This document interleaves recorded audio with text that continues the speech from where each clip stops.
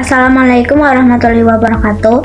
Kami dari kelompok 5 ingin mempresentasikan teori kepribadian menurut Alfred Adler. Sebelum kami mempresentasikan, izinkan kami memperkenalkan diri terlebih dahulu. Saya Seri Nurindriana dari NIM 148. Saya Kirana Putri Madani, NIM 149. Saya Dila Septiani dengan NIM 2307010177. Perkenalkan, nama saya Nela Syabani Rahman dengan NIM 179. Masuk ke teori pertama ada striving for success or superiority. Menurut Adler, setiap orang memiliki kekuatan untuk menciptakan sebuah tujuan fiksional sesuai pribadinya. Tujuan tersebut tidak bersumber dari keturunan dan lingkungan, melainkan merupakan produk dari creative power atau kemampuan manusia untuk secara bebas membentuk perilaku dan menciptakan kepribadian mereka sendiri. Anak-anak lahir kecil, tidak sempurna, lemah, merasa inferior dan powerless, sehingga untuk mengatasi kelemahan tersebut, mereka menyusun tujuan fiksi untuk menjadi besar, sempurna, dan kuat. Jika anak-anak merasa diabaikan dan dihancurkan, maka tujuan mereka sebagian besar akan tetap berada dalam ketidaksadaran. Selanjutnya, anak-anak yang merasakan cinta dan aman secara psikologis akan berjuang menuju keunggulan yang didefinisikan berdasarkan keberhasilan dan kepedulian sosial. Manusia secara terus-menerus didorong oleh kebutuhan untuk mengatasi perasaan inferior dan didorong oleh keinginan untuk menjadi utuh. Situasi positif dan negatif muncul secara bersamaan dan tidak bisa dipisahkan karena merupakan dimensi dari sebuah kekuatan tunggal. Poin-poin selanjutnya dari striving for success or superiority. Daya juang merupakan sesuatu yang bersifat bawaan. Namun, sifat dan arah daya juang ini ditentukan oleh perasaan inferior dan tujuan untuk meraih keunggulan. Meskipun berjuang untuk meraih keberhasilan adalah bawaan, hal ini tetap harus dikembangkan. Selanjutnya, daya kreatif. Daya kreatif dipengaruhi oleh faktor keturunan dan lingkungan. Namun, daya kreatif tetap dianggap berkontribusi penuh dalam pembentukan kepribadian seseorang.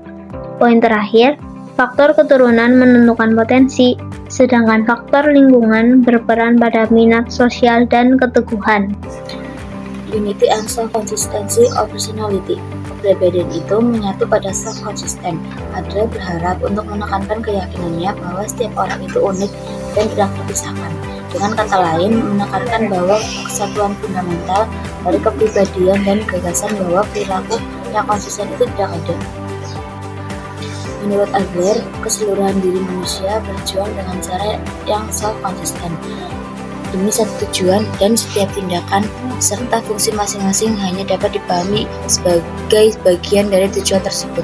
Melalui bahasa organ-organ tubuh berbicara sebuah bahasa yang lebih ekspresif dan mengungkapkan pikiran seseorang dengan lebih jelas dibandingkan kata-kata. Kemudian, conscious and unconscious. Adler mendefinisikan ketidaksadaran sebagai bagian dari tujuan yang tidak dirumuskan dengan jelas atau tidak dipahami secara utuh oleh seseorang.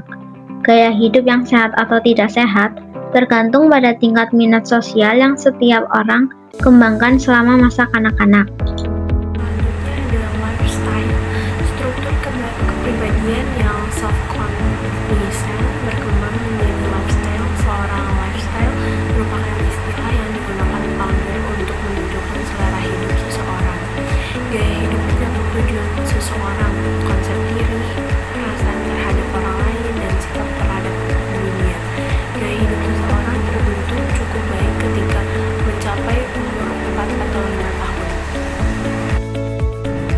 Yang kedua, individu yang tidak sehat secara psikologi mengarah pada kehidupan yang tidak fleksibel, ditandai oleh ketidakmampuan memilih cara baru bereaksi terhadap lingkungan. Pribadi yang sehat secara psikologi ditandai bersikap beragam dan fleksibel dengan gaya hidup yang kompleks, memperkaya dan selalu berubah. Yang terakhir adalah creative power. Adler percaya bahwa setiap orang bertanggung jawab pada siapa diri mereka dan bagaimana mereka berperilaku. Daya kreatif seseorang menempatkannya dalam kendali atas hidup mereka sendiri serta berkontribusi terhadap perkembangan kepedulian sosial. Adler mengakui pentingnya hereditar dan lingkungan dalam membentuk kepribadian. Manusia melampaui produk hereditar dan lingkungan, mereka adalah ciptaan yang kreatif yang tidak hanya bereaksi terhadap lingkungan tertentu, juga bertindak di dalamnya dan menyebabkan lingkungan bereaksi terhadap mereka. Adler menggunakan analogi the law of the low doorway.